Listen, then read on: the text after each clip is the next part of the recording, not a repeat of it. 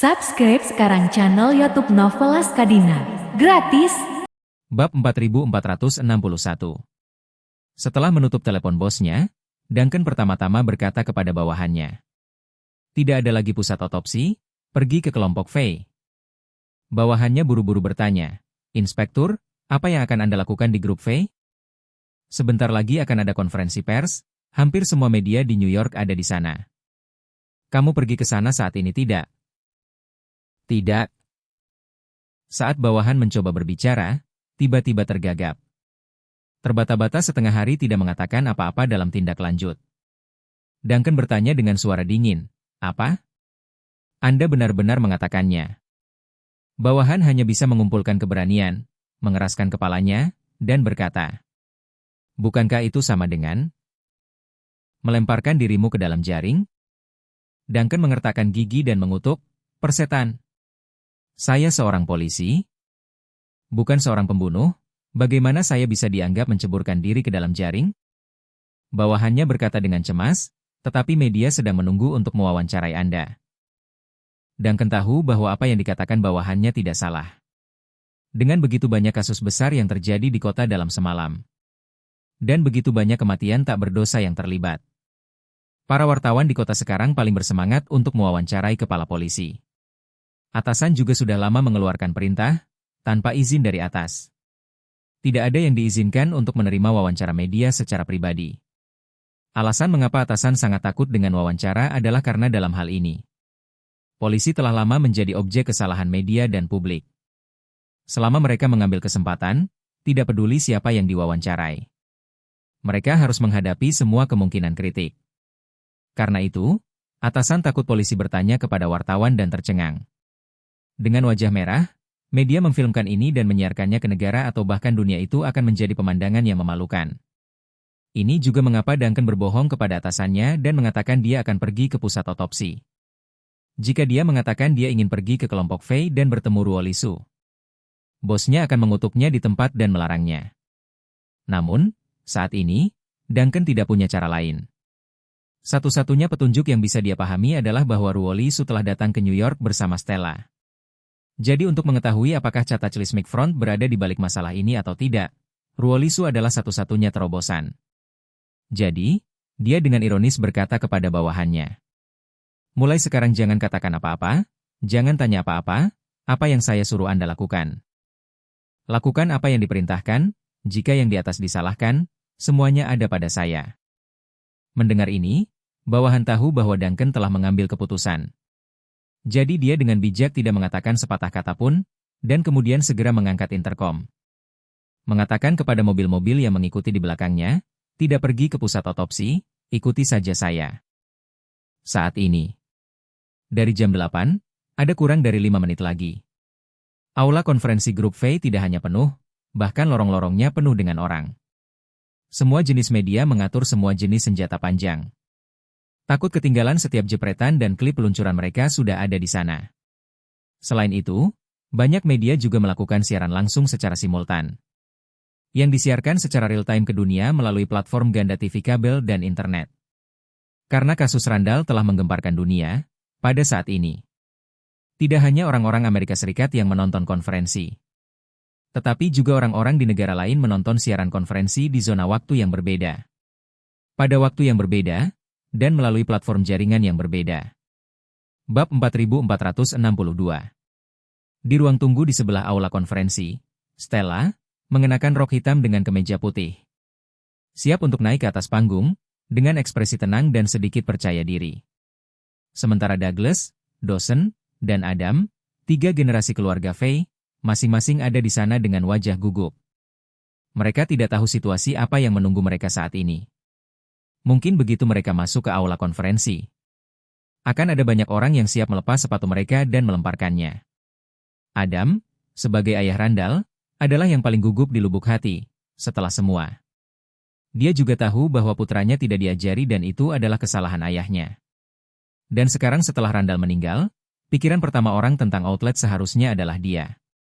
Melihat waktu semakin dekat ke jam 8, dia berkata kepada Stella dengan khawatir. Stella, bisakah aku naik nanti? Stella berkata dengan tegas, dalam konferensi hari ini, tidak satupun dari kita berempat bisa hilang. Adam berkata dengan panik, saya takut ketika saya muncul sekarang. Ini akan segera menyebabkan kemarahan publik. Jika itu mempengaruhi ritme peluncuran Anda, itu akan buruk. Lupakan. Stella tidak meninggalkan ruang untuk kesalahan dan berkata, setelah kamu dan paman dan kakek naik ke panggung, kamu tidak perlu mengatakan apa-apa. Dan kamu tidak perlu melakukan apa-apa, kata-kata akan diucapkan olehku sendiri. Kamu hanya perlu meminta maaf denganku ketika aku meminta maaf, dan membungkuk denganku ketika aku membungkuk. Adam masih ingin mengatakan sesuatu, di sebelahnya Douglas dengan dingin berteriak. Adam, putra Anda telah menyebabkan masalah besar. Jika Anda, sebagai seorang ayah, jangan muncul, apa yang orang lain pikirkan tentang keluarga Faye kita? Adam berkata dengan malu, kakek kamu benar. Douglas menatapnya dengan dingin, lalu menatap dosen yang cemberut di samping, dan dengan dingin berkata, semua orang di keluarga Faye, termasuk saya, harus mematuhi perintah Stella. Jika tidak, keluar dari keluarga Faye sebelum terlambat, dan pergi keluar dan menjadi kerabat. Adam mengecilkan lehernya dan buru-buru berkata, aku tahu kakek. Pada saat ini, Ruoli, yang mengenakan setelan hitam, mendorong membuka pintu kamar dan datang di depan Stella dengan langkah besar dan berbicara. Nona Faye, ada 1 menit terakhir. Oke.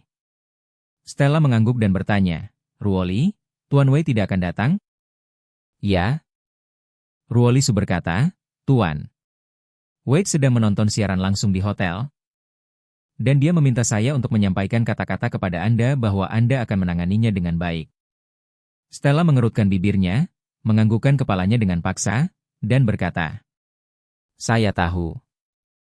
Bantu saya berterima kasih kepada Tuan Wade untuk saya. Setelah mengatakan itu, dia mengeluarkan ponselnya dan melihatnya. 40 detik tersisa sampai jam 8, jadi dia mematikannya dan berkata kepada tetua 3 generasi di sekitarnya. Sudah hampir waktunya, ayo pergi sekarang. Douglas, Dawson, dan Adam, ekspresi mereka semua terkejut. Dalam pandangan mereka, konferensi yang akan datang seperti mereka akan ditelanjangi. Dan diarak di jalan-jalan, membuat mereka merasa tidak nyaman. Tapi sekarang, mereka tidak punya ruang untuk mundur. Jadi mereka hanya bisa mengikuti langkah Stella dan keluar dari ruang tunggu. Pintu utama lounge terhubung langsung ke akses panggung ruang konferensi. Setelah melewati lorong sepanjang beberapa meter, mereka berempat muncul langsung di sisi panggung aula konferensi. Para wartawan, yang telah menunggu ini, melihat seseorang muncul dari lorong. Dan terlepas dari sudutnya, semua kamera diarahkan ke pintu masuk. Dan untuk beberapa saat, suara Rana berderak keras. Seolah-olah 100.000 jebakan tikus dipicu pada saat yang sama dalam sekejap. Para wartawan, karena naluri profesional, menyadari setelah putaran pertama foto bahwa orang pertama yang keluar dari pintu masuk bukanlah kepala keluarga Faye, Dawson. Perubahan besar yang terjadi di keluarga Faye tadi malam belum diumumkan secara resmi ke dunia luar. Bab 4463. Karena itu, ketika orang melihat seorang wanita muda dan cantik, siapa yang pertama naik panggung dari pintu masuk? Masing-masing dari mereka tidak bisa berkata-kata karena terkejut. Banyak orang bahkan tidak tahu siapa Stella, jadi satu persatu mereka semua berbaur di bawah. Mencoba mencari tahu apa yang sebenarnya dilakukan wanita ini. Banyak wartawan media bahkan mengutuk. Pria-pria dari keluarga Faye ini terlalu tak tahu malu untuk mendorong seorang gadis keluar sebagai tameng di saat kritis. Suara seperti ini langsung memicu persetujuan semua orang. Namun, tidak ada yang menyangka bahwa ketika Stella berjalan ke platform pembicara dan berdiri di belakang mikrofon, dengan kata-kata pertama yang dia ucapkan, itu menjatuhkan bom berat di kerumunan. Hanya untuk melihat bibirnya terbuka sedikit, dia dengan tenang dan dingin berkata, halo, teman-teman media, saya ketua baru grup Faye, Stella Faye. Kata-kata lempar Stella menyebabkan seluruh pemandangan menjadi gempar. Tidak ada yang menyangka bahwa keluarga Faye akan mengganti ketua baru pada saat kritis ini. Dan yang lebih tak terduga adalah bahwa ketua baru ini adalah seorang wanita. Harus kita ketahui, bahkan di negara maju sekalipun, pemikiran patriarki keluarga besar itu sangat serius. Ada begitu banyak keluarga besar dengan nilai lebih dari 10 miliar dolar.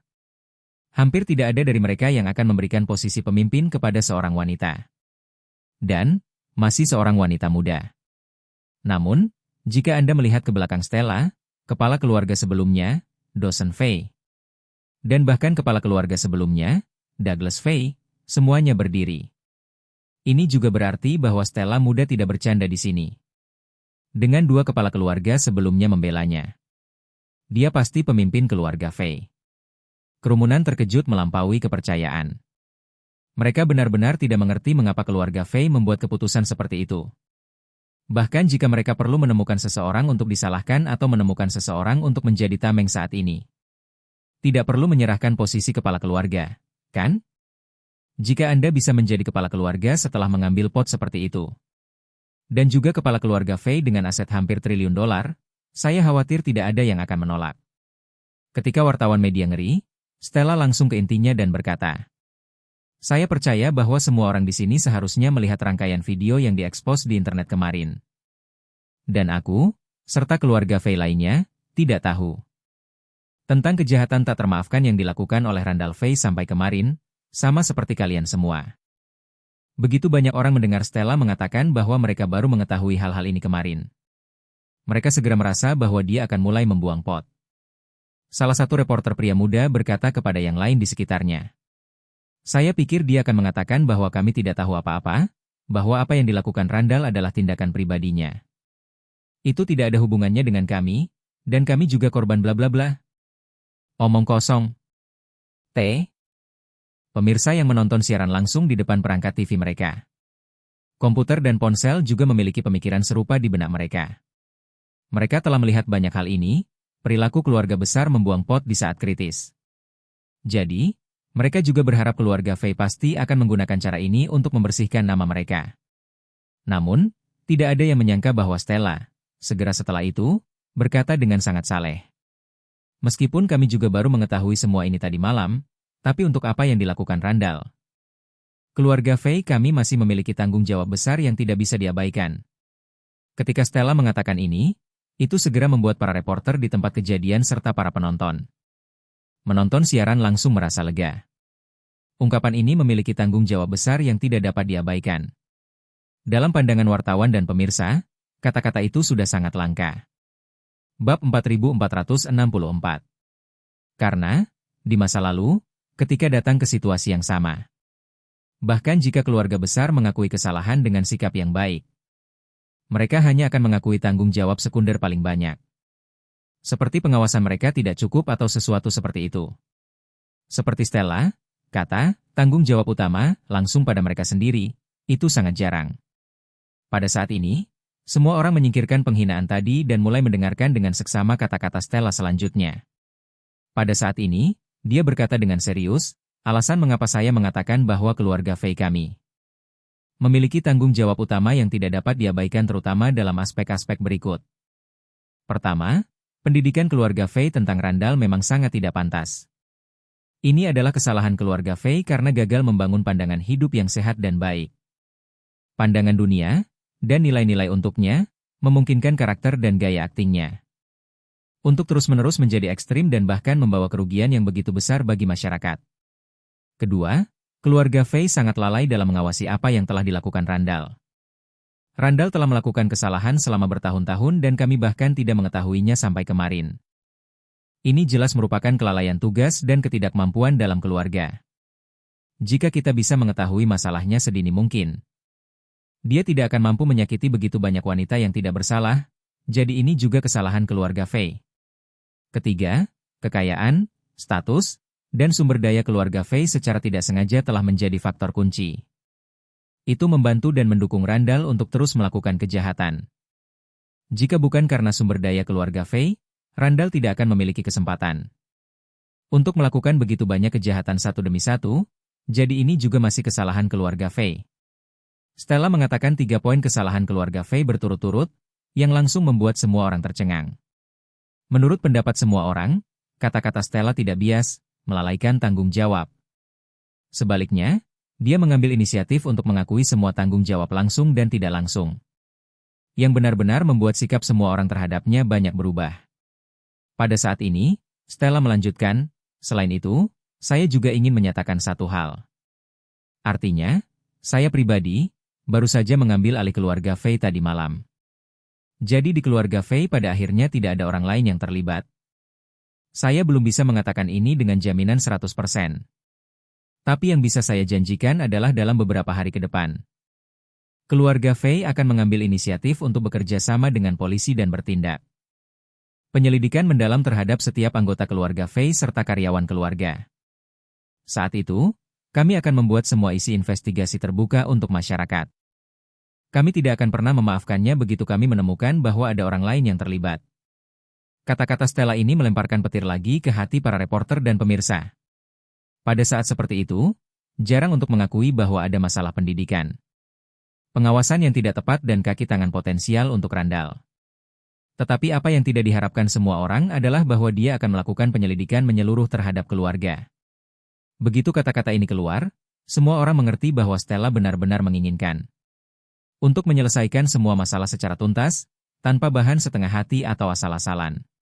Jadi, sudah ada reporter di atas panggung yang mau tidak mau bertepuk tangan. Sikap mereka terhadap Stella, pada saat ini, juga telah berubah secara dramatis. Saat ini, Stella melanjutkan, selain bekerja sama dengan penyelidikan, menggali semua sampah di dalam keluarga Fei dan membuangnya sepenuhnya. Kami juga memiliki masalah yang sangat penting untuk diselesaikan. Dan itu untuk memulai pekerjaan kompensasi untuk semua keluarga korban. Begitu kata-kata ini keluar, semua orang menatap Stella dengan cermat.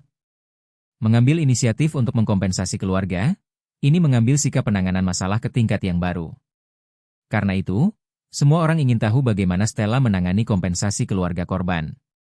Stella berkata dengan sangat serius, sebelum mengungkapkan metode kompensasi, saya juga ingin membuat pernyataan. Yaitu, kami tahu betul bahwa bahkan jika kami memberikan kompensasi dengan lebih banyak uang, tidak mungkin untuk menghidupkan kembali para korban dari kematian dan sepenuhnya mengkompensasi trauma di hati keluarga korban. Tetapi kami tetap bersedia melakukan segala yang kami bisa untuk membantu keluarga korban menyelesaikan masalah kehidupan mereka di masa depan. Sehingga mereka bisa menjauh dari masalah sebanyak mungkin. Untuk menjauhkan mereka dari kesedihan mereka sebanyak mungkin. Pada titik ini, Stella memberikan sedikit pukulan dan berkata dengan suara keras.